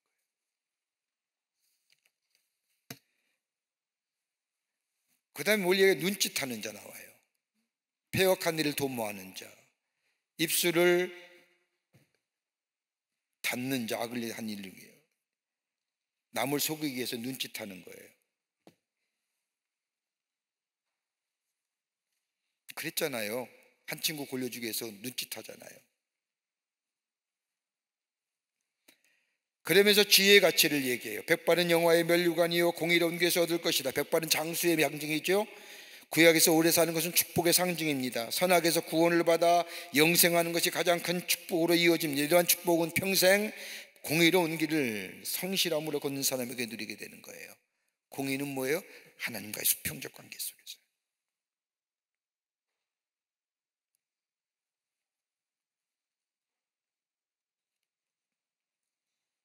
그것이 공의로운 길. 그러면서 뭘 얘기해요? 다시 한번 강조하는 거예요. 노하기를 더디하는 자가 용사보다 낫다는 거예요. 자기 마음을 다스리는 자가 성을 빼앗는 자보다 낫다는 거예요. 우리의 마음을 어떻게 다스릴 수 있을까요? 누가 다스려 주실까요? 하나님밖에 아니 계신다는 겁니다. 노하기를 저지하며 자기 마음을 다스리는, 즉 자기를 절제하며 자기를 정복하는 것은 다른 것이 아니라 다른 사람을 빼앗는 것보다, 용사보다 더 낫다는 거예요. 자기를 절제하는 능력, 이건 인격 형성과 더불어 뭐예요? 하나님의 말씀이 그의 인격의 기초가 될 때에 가능해진다는 거예요.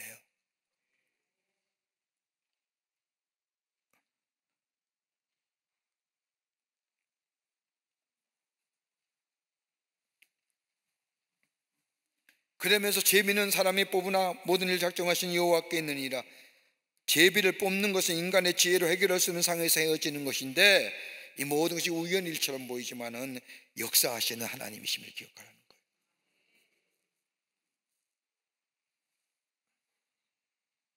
자, 16장의 결론적으로 이런 거예요. 의인에 대한 삶을 얘기하는 겁니다.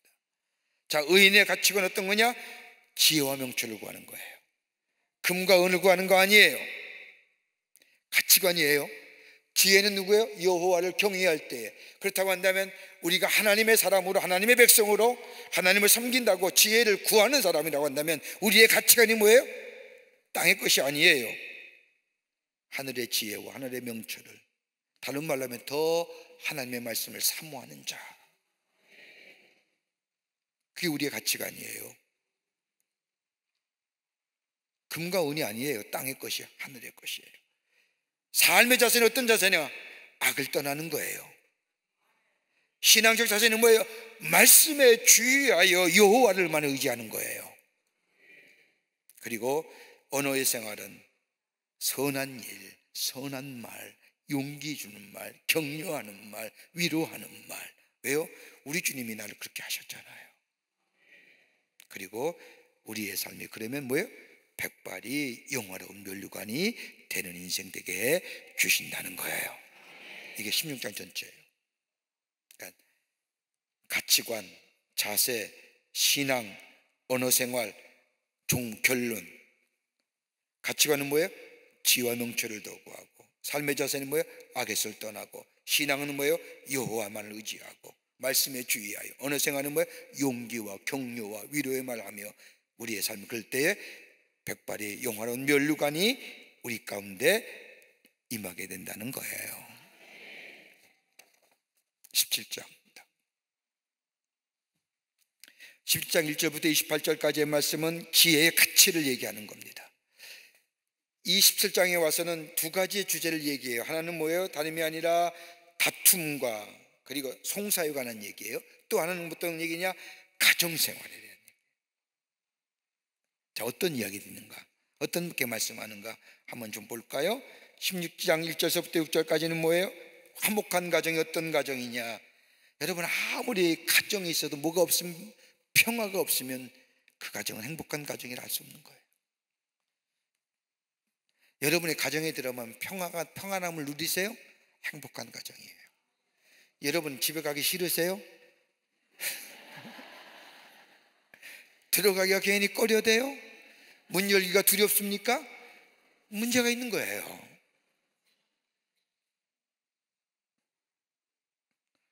아니기는 왜 아닙니까? 지금 여러분, 우리가 잘 모르지만요, 통계학상으로 가장 인간이 드러나지 않는 가장 큰 문제가 뭐예요? 가정의 문제예요.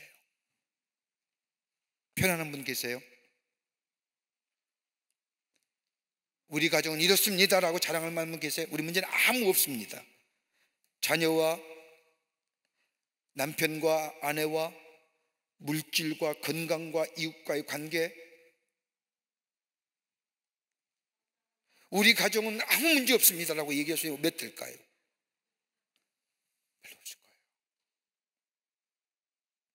애들이 할 때는, 티네이저일 때는 뭐예요? 애들과의 관계야. 자라서는 뭐예요? 경제의 문제, 직업의 문제, 결혼의 문제, 그쯤 되면 남편과 아내와의 관계성의, 부부의 관계 문제, 그러면서 뭐예요?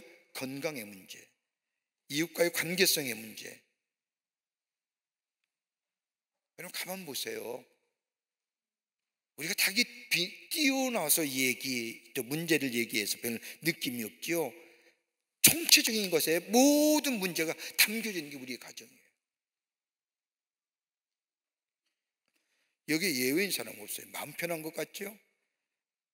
아니에요.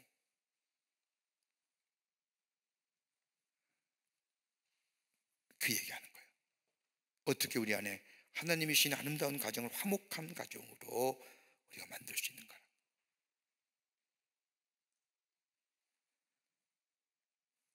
여기 보세요. 마른 떡 한 조각이라도 화목한 것이 제육이 집에 가득하고도 다투는 것보다 나은.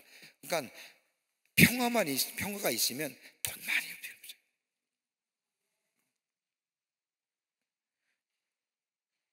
그 변호사 가운데요, 변호사, 우리 교회 권사님이 변호사, 그런 말씀하세요. 돈 많은 집 치고 유산 갖고 싸우지 않는 집안이 없다는 거예요. 그렇게 형제간의 우애가 좋아도 재산 때문이면 딱 갈라진다.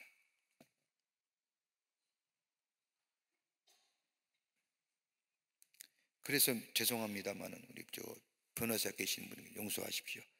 변호사 가운데 돈 많은 변호사 두 부류가 있댔죠. 하나는 뭐예요? 이혼 변호사.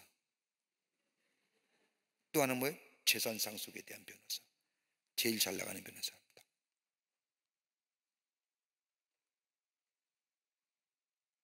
웃죠? 아니에요. 그런데 성경은 그 얘기하는 거 아니에요. 평화가 있으면, 그 평화가 어디서 오느냐?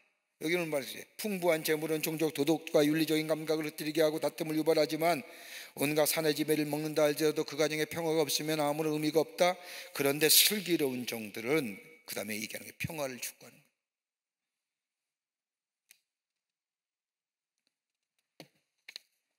유산에 관한 얘기죠. 지혜가 있다고 한다면 종이랄지라도 주인의 아들을 다스릴 뿐만 아니라 가족의 위협을 이길 수 있다는 것을 말하며 지혜의 강조성을 중요하는데, 다름이 매주 결론적으로 그런 거예요. 여호와 하나님을 온전히 경외하게 될 때에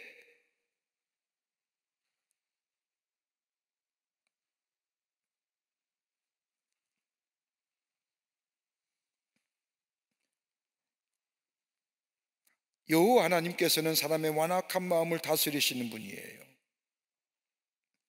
도가니는 은을, 품으는 금을, 여호와는 뭐예요? 마음을 연단하세요.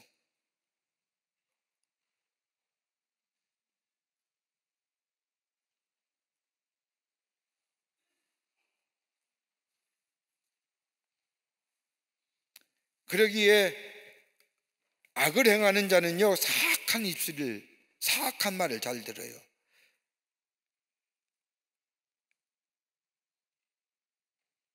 거짓말하는 사람의 이야기에 귀 기울여요.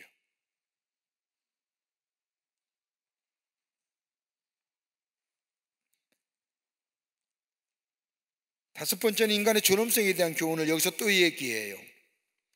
가난한 자를 조롱하는 자는 뭐예요? 하나님의 존엄성을, 주를 멸시하는 거예요. 사람의 재앙을 기뻐하는 자는 뭐예요? 형벌을 맺지 못할 거라고 얘기해요.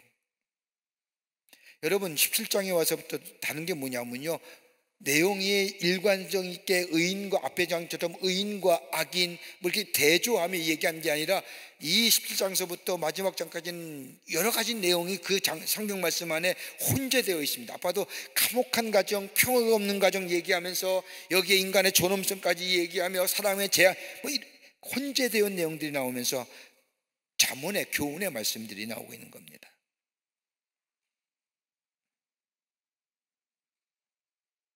그러면서 손자는 노인의 면류관이요 아비는 자식의 영환이라. 할아버지에서 손자에 이른 3대가 서로 존경하고 사랑하는 건강 가정의 모습을 말하고 있는데, 단지 3대를 넘어 모든 세대가 다음 세대를 강건하 경건하게 하고 거룩하게 하고 여호와를 경외하도록 양육해야 된다는 겁니다. 여기에 행복이에요. 평화가 임하는 거예요. 멸시하지 말고, 다른 사람의 재앙을 기뻐하지 말고, 돈 갖고 싸우지 말고.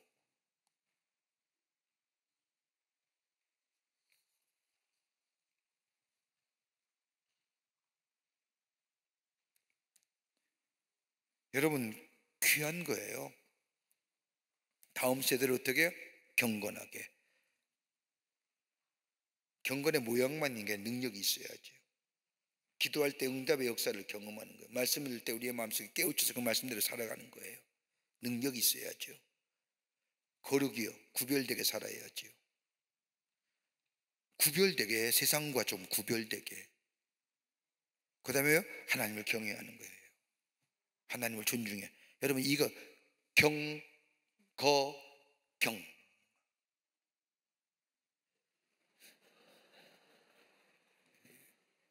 경, 거, 경. 경건, 거룩, 경외. 요새 줄임말이 유행인 거 모르세요?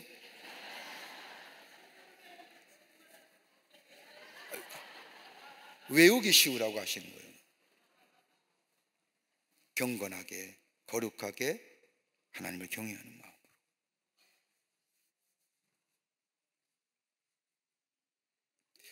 제가 이번에 인도 차이나 선교대에 가면서 느낀 게 있어요. 우리나라처럼 잘 사는 나라 없다는 거 다시 한번 느꼈어요. 우리나라처럼 잘 사는 나라 없다. 여러분, 우리나라 가는 거기에 관광객은 대다수가 우리나라예요. 와, 비행기 타고 저가항공 타고 왔는데 다 한국 사람이에요. 외국 사람 찾아볼 수가 없는 거예요. 그죠? 외국 사람 보신 분 계세요? 없어요. 심지어 베트남 사람도 없어요. 제가 못 봤는지 모르겠지만 한 250명 들어가는 비행기인데 거의 다 한국 사람. 그런데 막상 와서 돈 있어요? 그러면 다 돈 없다고 얘기해요. 나 돈 없어요.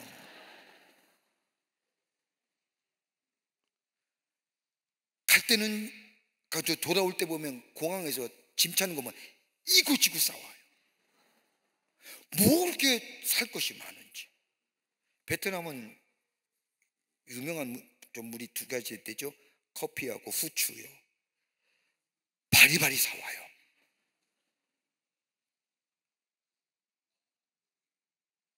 잘 사는 나라거든요. 우리나라가 일본보다 개인의 생활 수준이 높대잖아요. 자, 뭘 얘기하려고 하면요, 그렇다고 한다면 정말 우리의 삶이 바른 삶을 살고 있느냐, 우리 자녀들에게 뭘 남겨줄 거예요? 여러분이 다 우리가 땀 흘려 고생해서 나라 이렇게 만들었다고 한다면 정작 우리의 자녀들에게 뭘 물려줄 수 있을까요? 경건성, 거룩성, 하나님을 경외하는 마음. 이런 뭐예요? 여긴 노인의 면류관이요, 아비는 자식이 영화가 되는 거예요. 여러분 다 그거 원치 않으세요? 여러분의 자식이 여러분의 면류관이 될 수 있다고 한다면 얼마나 귀해요? 재물이 많아서가 면류관이 되는 거 아니에요. 공부 많이 해서 세상의 사람들보다, 여러분 우리가 파레토라고 하는 법칙이 있죠. 20%가 80% 이끌어간다는 거죠. 여러분, 세상의 20%가 20%의 사람이 80%의 세상의 사람을 이끌어가는 거예요. 지금 세상.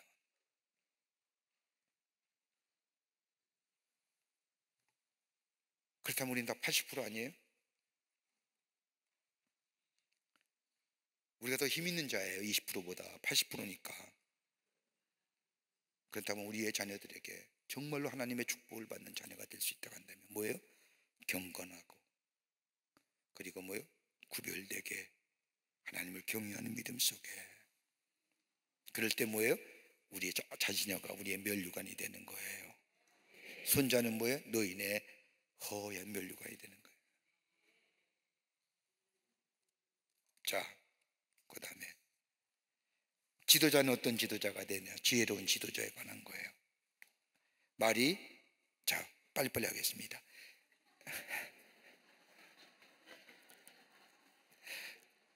말에 격이 있는 거예요.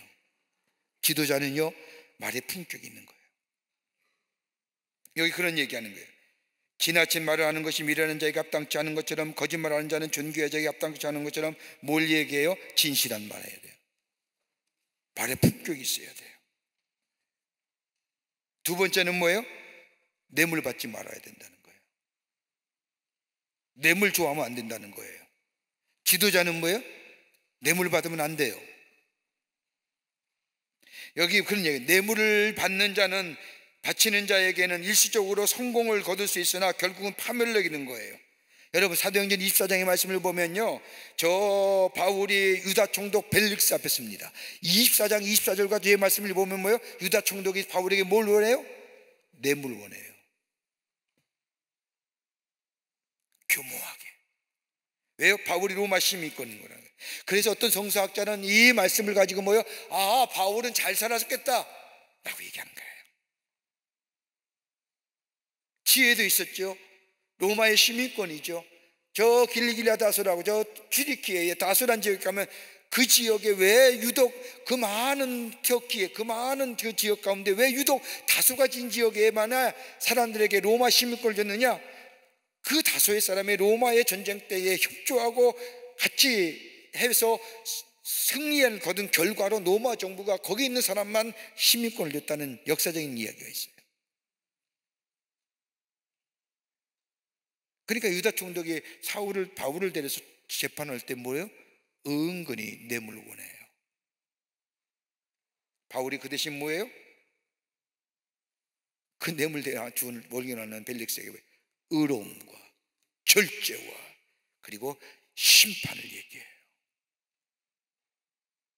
뇌물 주는 거 잘 될 것 같죠? 결국은 안 돼요. 또 하나, 지도자는 어떤 사람이냐? 이웃의 허물을 덮어줄 수 있는 자예요. 지도자는요 허물을 덮어주는 거예요.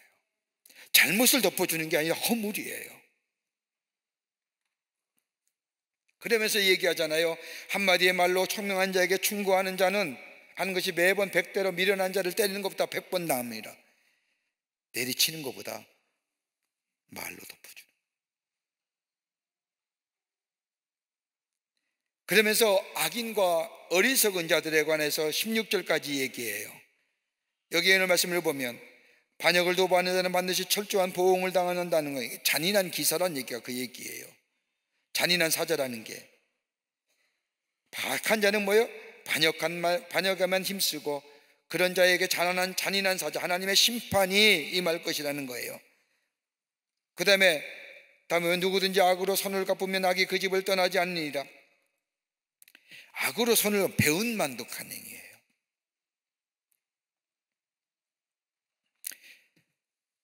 이거 잊어버리는 사람 많아요. 은혜 배은 만독한 거예요. 하나님의 은혜 잊어버리잖아요. 죄 짓는 거예요. 배은 만독. 저는 우리 광림교회 성도님들은 그렇지 않을 거라고 제가 믿어요. 우리 교회 성도님들 성숙한 분이니까 하나님의 은혜 잊지 못하며 사실 거예요.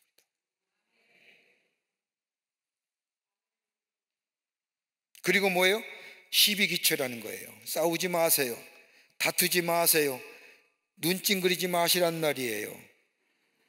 눈 축겨뛰지 말란 말이에요. 다른 사람에게 되도록이면 눈 깔고 얘기해요.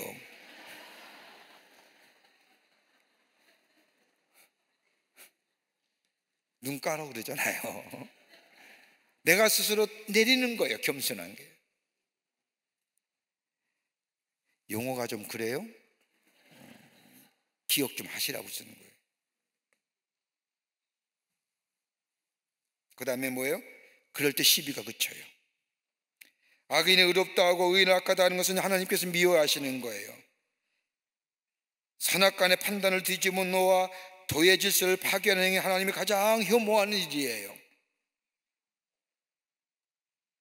그러면서 우정, 친구의 관계를 얘기해요. 친구의 관계예요, 사랑의 관계예요. 형제는 어때요? 위급한 때 도움이 되는 게 형제예요. 어려움을 당할 때에 사랑이 끊이지 않고 도움이 되는 것, 진실한 친구. 가장 힘들 때에 고통스러운 상황에도 도움이 되고 함께하는 자, 친구. 그렇기 때문에 뭐예요? 사랑을 결여된 매정한 혈육관계보다 사랑 안에서, 그리스도 예수 안에서, 말씀 안에서 하나가 된 이 그리스도의 형제가, 하나님 안에서의 하나님 나라의 형제가 더 결속력을 가져다 준다는 거예요. 지혜 없는 자는 뭐예요? 분별력이 없어요. 다툼을 좋아하는 자 뭐예요? 파괴적이에요. 자기 문을 높이는 자, 교만한 자는 뭐예요? 파멸을 자초해요. 마음이 굳은 자 뭐예요? 복을 얻지 못해요. 혀가 패역한 자, 재앙을 낳아요. 미련한 자는 뭐예요? 근심을 당해요.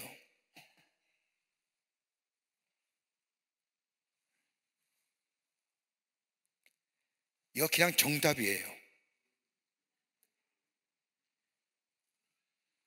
그러면서 뭐예요? 마음의 즐거움은 양약이라도 심령의 근심 뼈가 마르게 아니라. 그렇죠. 근심은 뭐예요? 삶을 지속적으로 세탁해요.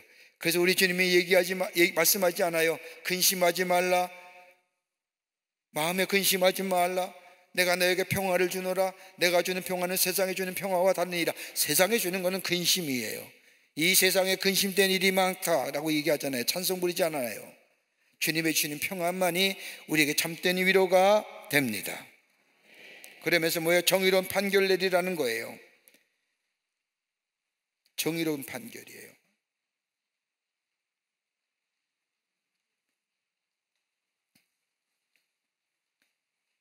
정의롭지 못한 거에 불건강한 목표를 지향하기 때문이에요. 의인을 벌하는 것, 선한 일이 못 돼요. 네 번째는 뭐예요? 다섯 번째는 말을 아끼는 자, 지식이 있는 자예요. 그래서 뭐라고 얘기하느냐? 미련한 자라도 잠잠하면 지혜로운 자로 여겨지고 그의 입술을 닫으면 슬기로운 자로 여기느니라. 아멘 하십시다. 저는 기억나는 게 있어요. 드라마 가운데 그 입 닥쳐라.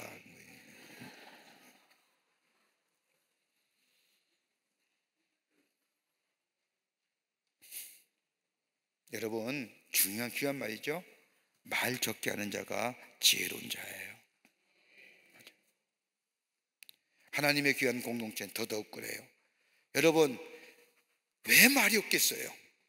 왜 하고 싶은 얘기가 없겠어요? 왜 말 안 해서 갑갑한 적이 얼마나 많아요. 그래도 뭐예요?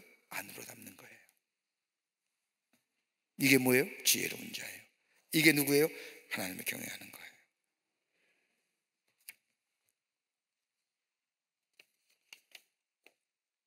자, 18장은 다음 주에 하겠습니다. 요절은 16장 1절부터 3절 말씀입니다. 16장 1절부터 3절 말씀까지입니다. 기도하시겠습니다. 오늘도 말씀으로 우리에게 깨우쳐 주심에 감사합니다. 들려오는 주의 말씀에 순종하며 그 말씀 따라 사는 저희들 되게 하여 주셔서 하나님을 영화롭게 하며 하나님의 살아계심을 증거하며 내 안에 역사하시는 성령님을 찬송하며 증거하는 저희들의 삶으로 삼아 주시옵소서.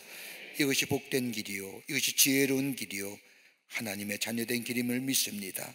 성령이여 도우시고 인도하여 주시옵소서. 감사하오며 예수님의 이름으로 기도하옵나이다. 아멘. 하늘에 계신 우리 아버지여, 이름이 거룩히 여김을 받으시오며 나라의 마옵시며 뜻이 하늘에서 이루어진 것 같이 땅에서도 이루어지이다. 오늘날 우리에게 일용할 양식을 주옵시고 우리가 우리에게 죄진 자를 사하여 준 것 같이 우리의 죄를 사하여 주옵시고 우리를 시험에 들게 하지 마옵시며 다만 악에서 구하옵소서. 대개 나라와 권세와 영광이 아버지께 영원히 있사옵나이다. 아멘.